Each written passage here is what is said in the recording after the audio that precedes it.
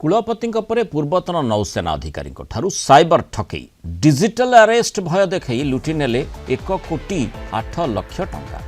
Account रु टंका लुटि नेबा परे साइबर ठकेर शिकार होइतबा जानिबा परे कटक क्राइमब्रांच साइबर थानार से द्वारस्थ होइछंती।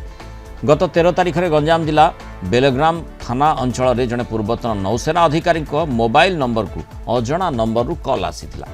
संदिग्ध साइबर लुटेरा निजकू ट्राई अधिकारी परिचय दे मोबाइल नंबर ब्लॉक होइजबा भय देखैथिला। यह सह तांको नंबर रे बेआईन अर्थ कारबार होइतबा दिल्ली पुलिस निकट में तथ्य रही। गिरफ्रु बर्तिबा पई से साइबर ठक कथारे राजी होई निजर अकाउंट नंबर एटीएम पासवर्ड इत्यादि दे देइथिले। पर तांका अकाउंट रु विभिन्न पर्यायर 1,08,00,000 टंका नहीं सारिबा परे साइबर ठकर मोबाइल नंबर बंद हो जाइथिला। अकाउंट रु समस्त टंका खाली हो जिबा परे साइबर ठकामीर शिकार होइतबा से जानिबाकू पाइथिले। पूर्व ब्रह्मपुर विश्वविद्यालय कुलपति प्रोफेसर गीतांजलि दास को डिजिटल अरेस्ट रे 14 लाख टंका ठकी नैथिले साइबर लुटेरा। गोटे प्रकार साइबर क्राइम डिजिटल अरेस्ट एवं गोटे नुआ सिस्टम आसी जो थे कि से वर्तमान लॉ एनफोर्समेंट एजेंसी जमती आपंकर सीबीआई हो ईडी हो कस्टम्स हो यही मानू फोन आसवा भाया से करुँच जो मैंने ठक मैंने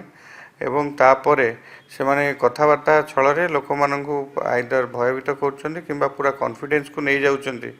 से जमती से ऑर्गेनाइजेशन से लोक तांकर fake stamp fake letter pad fake ID सबू देखी से बर्तमान वीडियो कॉल एवं प्लस ऑडियो कॉल ये से लोक मन में विश्वास जन्मे दौरान एवं मुख्यतः से आसूची लोक मानू डरइबार मुख्य गोटे कारण होची आपणकर बैंक अकाउंट आधार कार्ड एवं एगुड़ा कंप्रोमाइज हो जाइए से बहुत इलीगल काम चली एवं से इलीगल काम भितर से नॉर्मल लोक जो मैंने अच्छा सीनियर सिटीजन हूँ कि अन्य हूँ से डरी जाऊँगी आपन को किए एमती फोन कला आपड़ इमिडिएटली पुलिस को जनातु जे मत गोटे एमती फोन आसाला आपणकर जो साइबर क्राइम हेल्पलाइन नंबर अच्छी जो गवर्नमेंट ऑफ इंडिया 1903 से भी कांटेक्ट करी कहतु हेले सांगे सांगे इमिडिएटली आउ जदि भी किसी ट्रांजैक्शन करुँच तार इमिडिएटली कहले आमर गोटे 2 दिन भितर जो गोल्डन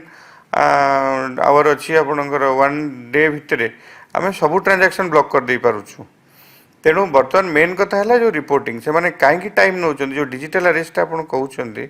1 डे से टाइम नौ कि 1 डे पर से पैसाटा रिलीज हो